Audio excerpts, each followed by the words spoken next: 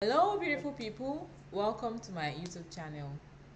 My name is Oluwa Damilola, and if you're just watching me for the very first time, thank you for stopping by. And please subscribe. Don't just watch. Don't just like. Please subscribe to this channel. And to my returners, thank you for always standing by me. Thank you for always watching my video. Thank you for always sharing my video with your friends. Please don't stop doing that. It is a lot of work. Please don't stop it. Thank you so much. And today I have my friend here, Olayinka, to put us through how to write a good resume or CV, as most of us like know it as. And as you're all aware, like resume is an integral part of the admission process. Or without your resume, the admission committee would not know your professional work history or your education. So your resume must be well put together before you get a chance to even like speak with the admission committee. So in this video we'll be covering some key components like common mistake to avoid when writing your resume. Also we'll be showcasing a few samples of resume and knowing the difference between resume and CV, because at times we make that mistake of turning in your CV when the school is asking for your resume. So just stay tuned while I let my friend introduce herself to us, and after our introduction we'll just like go straight into the question that I've prepared for her to answer. So over to you. Okay. My name is Ola. I mean, people call me Ola. So my name is Ola. I'm a graduate of Miami University. Okay. Oxford. What else am I supposed to say? I'm a graduate. What else? That's all right. And yeah, I'm so excited to finally be on this channel. Yes. So yeah, we'll see how the conversation evolves today. So yeah. Yeah, fun fact. Before I start talking, Okay. make sure you subscribe to the channel, Oh. okay? Make sure you subscribe to the channel. Make sure you like this video. Make sure Yes, you please comment down below. And what else? Yeah. So yeah. All right, let's go into the video. Yeah. Fun fact, Ola is also a YouTuber, and she also Yeah. encouraged me to open my YouTube. So that's why Yeah. I'm here. Yeah. Let's jump straight Yeah. into the video. Yeah. Okay. So to my first question. So Uh-huh. what is resume or what is CV? Like, let's start from there. Okay. For me, I mean, people have different definition for resume. So permit me, but I'm not using your definition. But for me, I'm just like, the way I see a resume is just like a summary of who you are. I mean, I would say like sometimes resume is kind of like similar to statement of purpose, but like Yeah. resume goes straight to the point. Because with statement of purpose, you're able to tell the story. But resume is like, okay, this is where I worked, this is what I did. Why for statement of purpose, you can state a lot of story that is associated with what you worked. Yeah. So in simple terms, resume is just like a summary of who you are in terms of like your academics, your professional is it obligation or whatever I would call it. So that's what I would say resume is. It's a document that contains a summary of who you are, which could include your personal information, your education, and your professional experience. Yeah, that was a good definition of resume, because resume is a document that contains all your professional work history or your like life education and so on and so forth, like plus your achievements and so on and so forth. Yeah. Yeah. So can you walk us through the difference between resume and CV?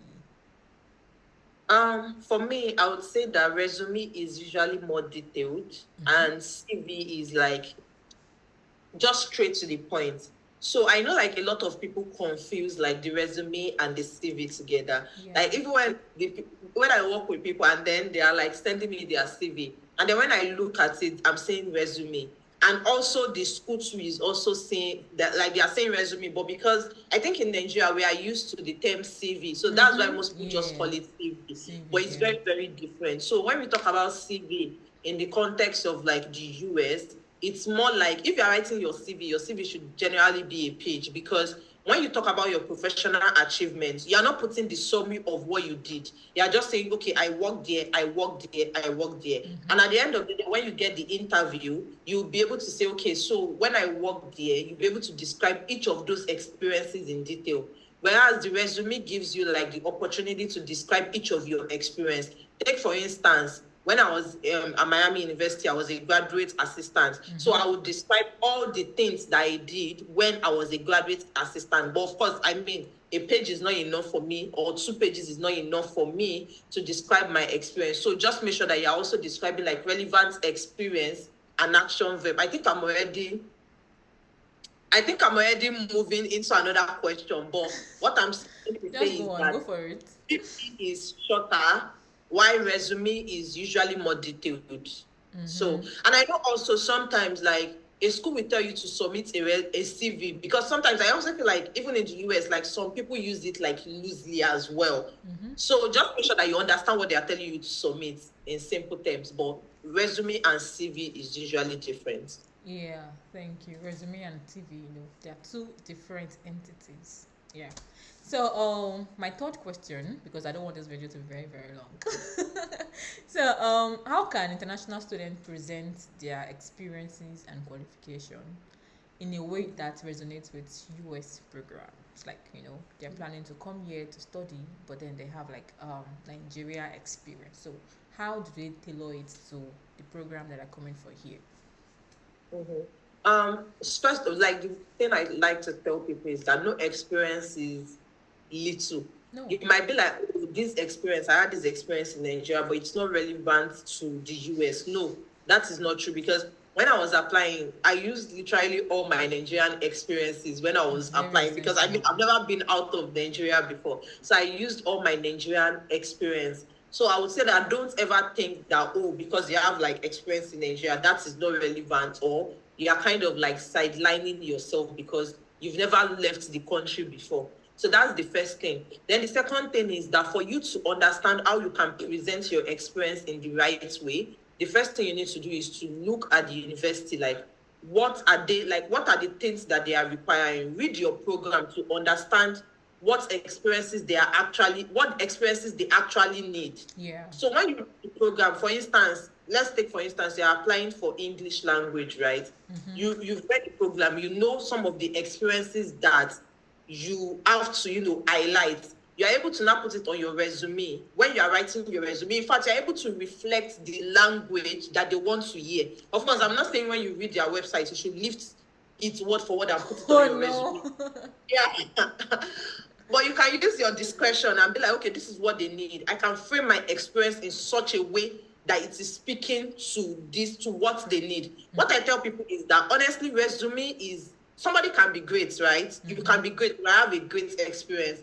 But if you don't know how to put it down into words, because nobody will read your mind. We don't know whether you're a great student. You might even have a 5.0 on a scale of 5.0. But if you don't know how to sell yourself with your resume and your statement of purpose, trust me, at the end of the day, you might not get the admission because you did not sell yourself well. So what I tell people is, when it comes to even small experience, the way you highlight, when I was applying, I had a business in Nigeria. When I was applying, it was just a one-man business. My business was registered and I kept it on my resume. And I said I was the manager of the business, because truly I'm the manager of the business. I'm the chief executive. Yes, you will now. So when I stated that experience, like anybody reading it would be like, oh, this girl has it. But it wasn't a company, and it wasn't that I lied, because I mean, I have a business.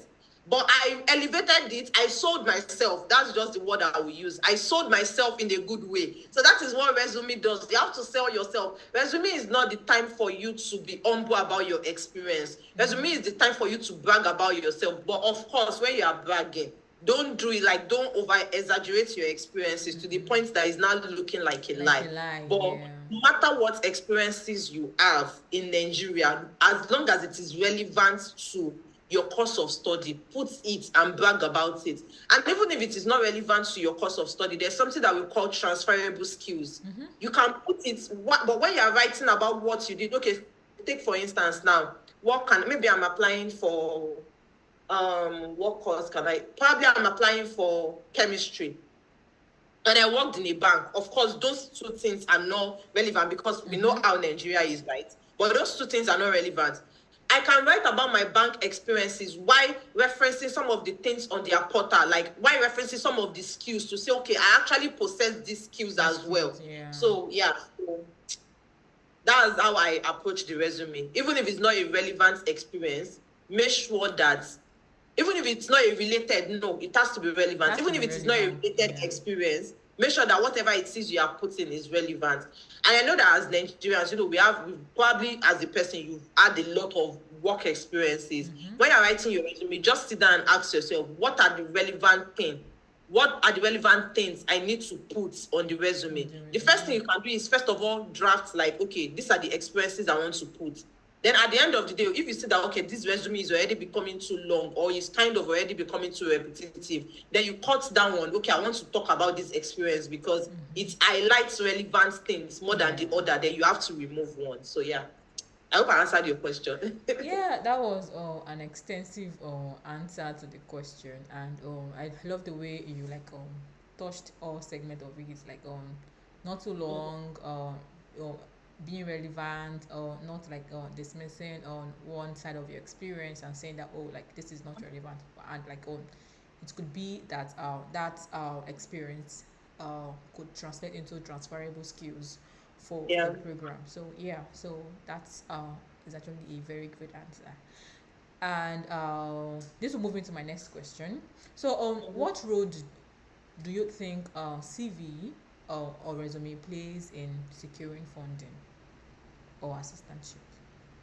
Okay, so I would say that it plays a very big role in everything, because I'm going to say that for you to secure funding or assistantship, you need to also get admission to the school. So if you don't get admission, there's nothing like assistantship. There's nothing like funding if you don't get admission. And for you to get admission, everything, I said yes, so yes, sir. For you to get admission, everything that the school has highlighted as the requirement is very, very important.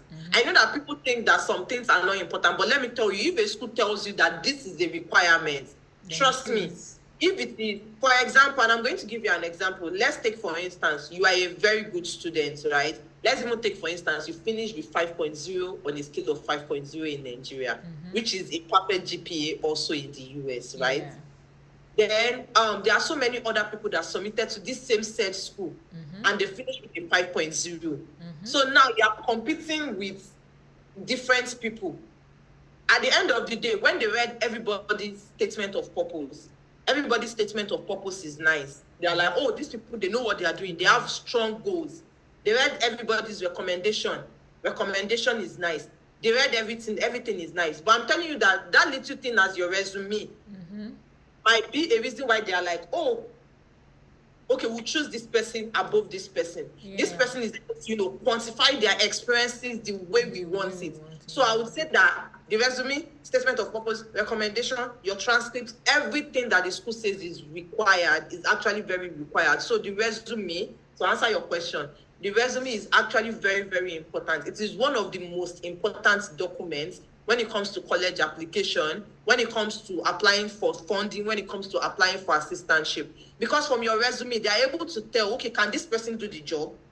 When it comes to assistantship, particularly all of these schools that, when you get admission, your funding comes directly with the admission. With your resume, they're able to tell, okay, if he's teaching, can this person teach with all the skills that they've highlighted? Can this person do research with all the skills that they've highlighted? So yes, resume 100% important.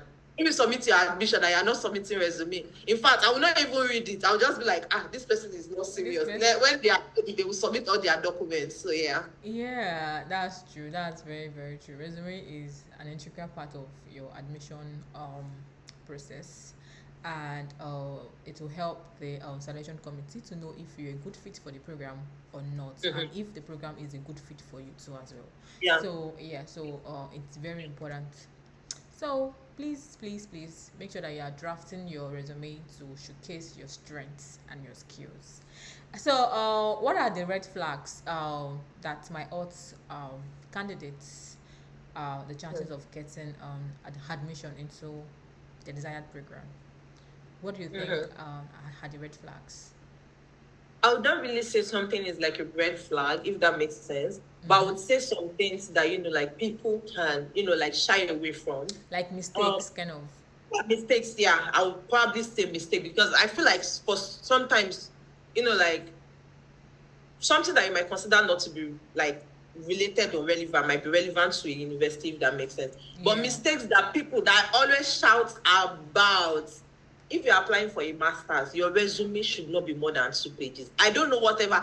If you like, you might have worked from heaven and worked on earth everywhere. Your resume should not be more than two Yeah, pages. two So when pages. you're writing your resume, think about it. What are the experiences? We know you have a lot of experience. We Yeah. know that you have 15 years of experience. But think about it. What are the experiences that I really want to scream about? What are the experiences that I want to talk about? So make sure that you are also making it concise. It should not be more than 2 pages. Then something else I would say when it comes to resume, particularly with most resumes that I've seen, is that make sure your resume is neat and readable. If your resume is all over the place, let me tell you something, admission officer, they read a lot of documents. Mm-hmm. Now, somebody is opening your resume, it is not appealing to the eyes. How do you want the person to sit down and read in depth and say, okay, this is what this person has done? And when we talk about resume being readable, it doesn't mean that you should have color. When I wrote my resume, I didn't have any color on my resume. Everything was black and white. But it was neat. It was sectioned in such a way that when you see it, you're like, okay, I want to read this resume. I want to see what this resume is all about because I sectioned it properly. It wasn't like all over the place. So that is something that I feel like most people make mistakes on. They have a good experience, but at the end of the day, the resume is not readable. Then something else is with the verbs. I'm going to probably send Dami a link after this of like verbs that you can use Yeah, I have on it your too. resume. You have the verbs, so Yeah, just link it for I'll them. link it Verbs too. that you can use for your resume because that is something else that is very important with resume. You need to make sure that you are using action verb. You can't use ing verb to start your resume. I've read a lot of resume this past month and I will just laugh. I'll be like, oh no, this is not how it is. You can't use ing verb to talk about your resume. So make sure that you are noting that. When she puts it, make sure you look at that action verb and be like, okay, this is how I want to quantify my experiences. Mm-hmm. Then the third thing is that when you are talking about your present experience, make sure you are talking about it in present term. Like for instance, like I'm working somewhere right now. Mm-hmm. If I'm going to talk about the experience, I'm going to use present tense, not past Not tense, past because tense, I feel like that's what a lot of people do. Because I mean, there are a lot of ways to look at it. Some people will be like, oh, when you talk about it in past tense, that's the way to go. But also remember that that is where you are working presently. Mm-hmm. So I see no reason why you should talk about something that you do presently. I see no In reason the why you should past, talk about yeah. it in past tense. If it was something that you did in the past, yes, you can talk about it in past tense. And then something else I tell people is when you're talking about your experiences, start from the most recent. So you start from where you're currently working, then to where you left before you started working here, Yeah. to where you left before you started working there. So just organize it in the chronological order. So that way they are also able to, quantify your experience. And lastly, I would say when you're writing your resume, you want to write your resume in such a way that a person, I mean, when the admission officer are reading it, right, they do not have like a notion of what your experience is like. But you want to write it in such a way that after reading your resume, they are able to grasp and understand. Of course, it might not be in full, but they're able to understand, okay, this is what this person did in the job. Yeah. So if you have like numbers, I tell people quantify your resume. For instance, you taught in a school. How many students did you teach? Those are the things they want to hear. Quantify your resume. Okay, I taught about 38 students in class. How many, if you work in a bank and you manage budgets or what is the amount of budget you manage? How many customers do you attend to in a day? Things like that. You should be able to quantify your resume because it also screams that you know what you are doing. So yeah, I think those are like the things to pay attention to. Yeah, the things to pay attention to. Then also because this is an academic resume, you want to make sure that your education is coming first. Of course, I think we should all know that. Immediately you talk about yourself. I mean, in talking about yourself is your name, your whatever address personal and all, information. yeah. But when you're asking your personal information, this is not Nigeria. Nobody cares about whatever gender it is that you have. Nobody cares about your religion. Please don't go and be asking. Nobody care about putting your it- age, self. I used to see age. I'm I'm like, like, why? They're just like, wait, why is this all talking about religion? Don't put religion. No, the only thing that should be on your personal information, your name, your email. Even right now, Seb, I tell people not to put their phone number because nobody will call you. It's a Nigerian number. So if you have a LinkedIn profile that is like current and you are not updating nonsense on your LinkedIn profile, you can put it. Then your address, you can put your address as well. Nonsense. That should be it. You know, people just use LinkedIn for different things. So yeah, that is. Then after, some people have personal objective. If you want to put a personal objective, you can put your personal objective. But when I was writing my resume, I did not put personal objective. I just jumped straight to education. So after that personal detail, if you want to put personal objective, that should come next. But if you don't want to put personal objective, education should be the first one. Yeah. But if you are putting personal objective, after personal objective, education should be the next one. So yeah. Yeah, okay. Thank you so much. And can you help us re-emphasize that academics resume is different from job resume, because some people just refine their job resume and just like turn it in like that and say, oh, you got money in here. This is what I have. Yeah. Okay. I actually like this question because somebody was asking me like this past week, and the person was like, oh, I have a work resume. Should I just turn that in for my... I said, please just send me that resume. I have to take a look at that resume that you said you want to turn in. No, it is not the same. In fact, the way we write resume in Nigeria, right, it is very, very different. So I would advise you, go online, type it. When I was writing my resume, that's the same thing I did. Type it. Sample resume for graduate school. If it's graduate school. Sample resume for, undergraduate is not hard, it's the graduate program that the resume really needs to scrape. Yeah. Sample resume for graduate school in the US. You see how people have written their resume. You can download different sample because people have different ways they write their resume, right? Different way. So that's why it is important. The first thing you want to scream is that I am educated. This is my highest level of education. Now, when you are talking about education, I think we should also talk about this, is the fact that if you're applying for a graduate degree, you don't need your secondary school. The only people that need their secondary school on their resume is people that are applying for undergrad. But if you're applying for grad school, you do not need your secondary school. The only thing you need is, I would say, just approach it like this. Whatever school you collect transcripts from, it's school that should be on your resume. For instance, when I applied for my master's program, I didn't collect transcripts from my secondary school because it wasn't relevant, it wasn't important. I collected transcripts from my previous institution, so that was what was on my resume. If I was applying for PhD, I'll collect transcripts for my bachelor's, I'll collect transcripts for my master's. Exactly what I did.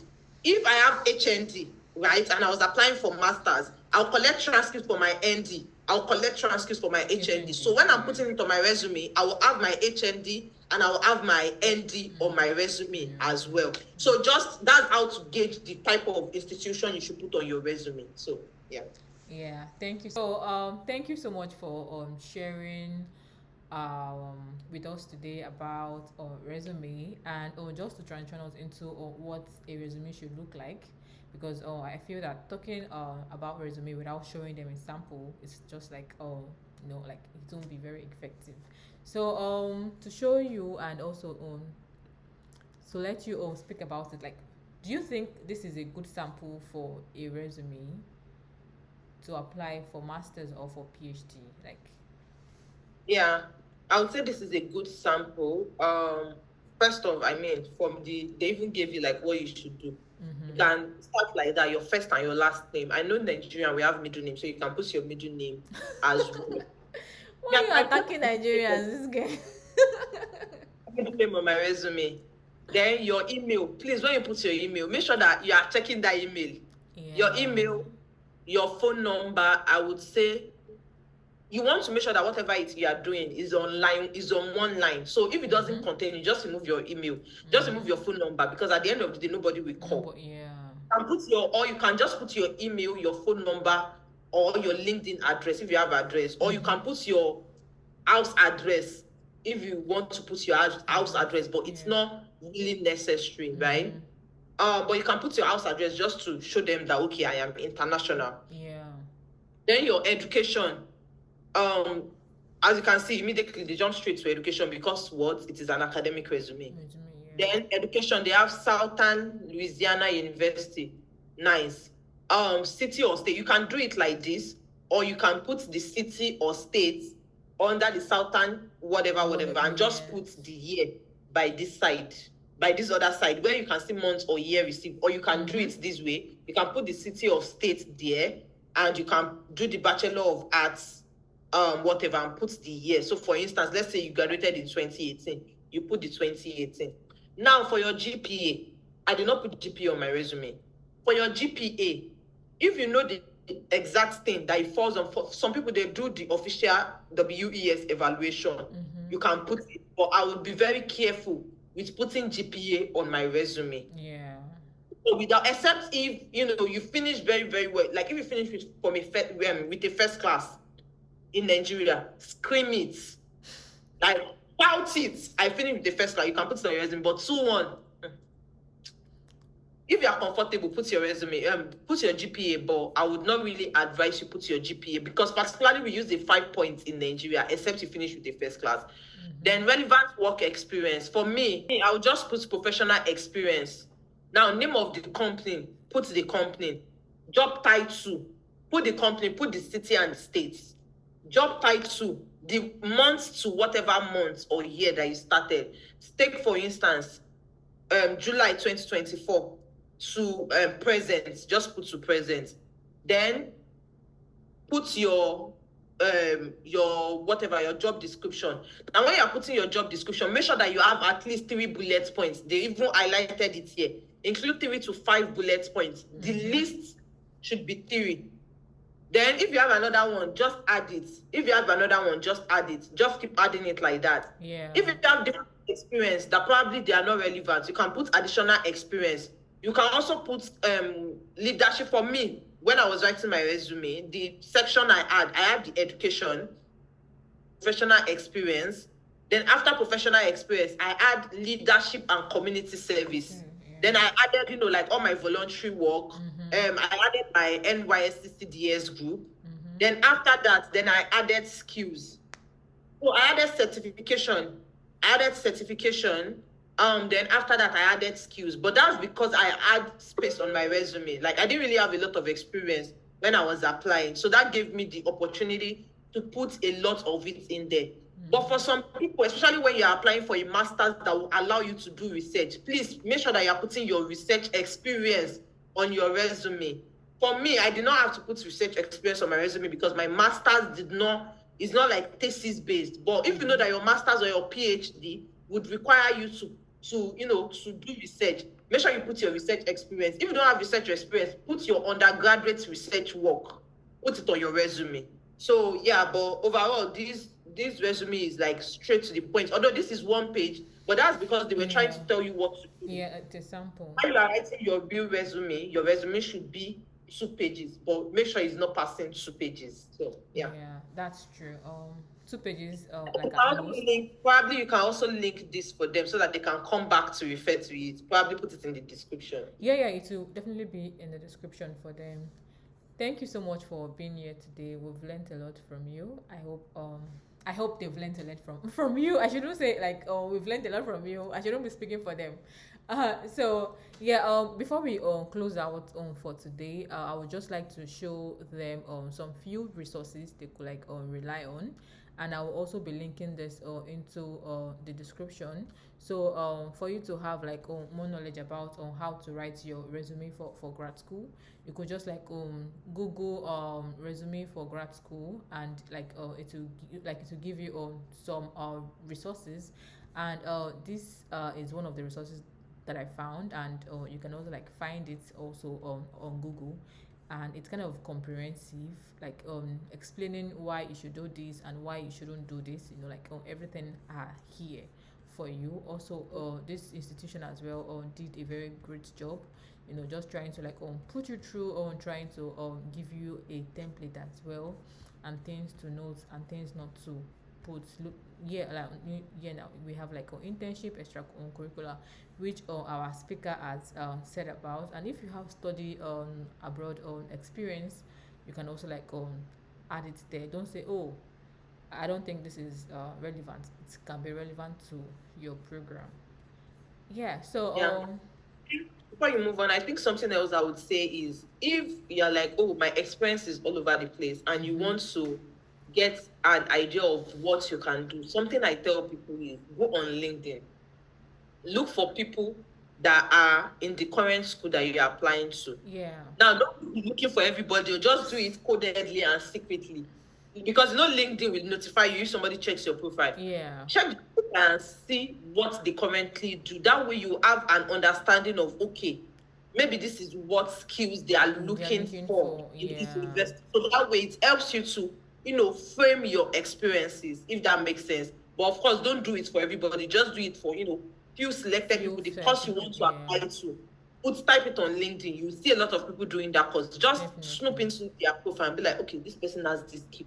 This person has this skill. It is important for me to also highlight it when I am writing my resume. Now, in Nigeria, when we are doing in Nigeria, when we put skills, we'll be putting interpersonal skills. When we talk about skills here, we are also mostly talking about, like, probably your computer literacy, like all of these people that have programming language. Yes. Like there's one type, there's something that they call it, I don't know if it's solid skills or something, they call it something. If you want to talk about your interpersonal skills, right, that should be in your resume. When you're talking about your resume, the way you talk about your resume will let people know that you have interpersonal skills. Take, for instance, you work customer service. The way you talk about the fact that, okay, you handle customers' conflicts, of course, that already tells anybody that is reading your resume that, oh, this person has great communication skills. This person has great interpersonal skills. Does that make sense? So when you want to, how those skills that we used to highlight, if you have those skills, highlight it when you are writing about, when you are writing about your experiences. Okay. Yeah. Yeah. So thank you so much. Thank you so much. And here we come to the end. No, before we come to the end of this video, I remember something about your email address. Ensure that your email address is very professional. Don't put I am sexy 20, I am sexy damsel 2014. It should be your name and your last name, then number, then at gmail.com, or probably like without the numbers as well. So please, like Yahoo, it doesn't necessarily have to be email and Gmail. It might be Yahoo. Yahoo might be like any mail thing that, like whatsoever. Microsoft, anyone. Yeah. So thank you so much. Ola, you can have the last word on this episode. What would you like to say to my beautiful I would just say that, like, I wish people all the best with your resume. It's not as difficult as people think it is, as long as you get the basic thing you are supposed to do. I would say don't allow, everything that we said yet today, don't allow it overwhelm you to the point that you're not doing anything. Yeah. First of all, even if it's the little thing that you're able to write, start. You can always edit it at any point. Start with something. What is more important is that you are starting. Then also, I would say that, as you can see, look at all the resources on this channel. Make sure you subscribe to the channel. Make sure you share. Don't just be a selfish person. You are gaining from the channel, but you don't want to share. Share the video. Comment down below if you have any question. I'm sure she responds to all your comments. Yeah. So put it in the comment section and she will respond to you. Definitely. And so thanks for having me. If you want to come back, yes, let me put it. If you want me to come back, we need to get the video to 500. Yes, so we need that. If you want to come back, yes, get the videos 500 and we'll come back. Thank you so much, Ola. And this is the end of our video. Bye.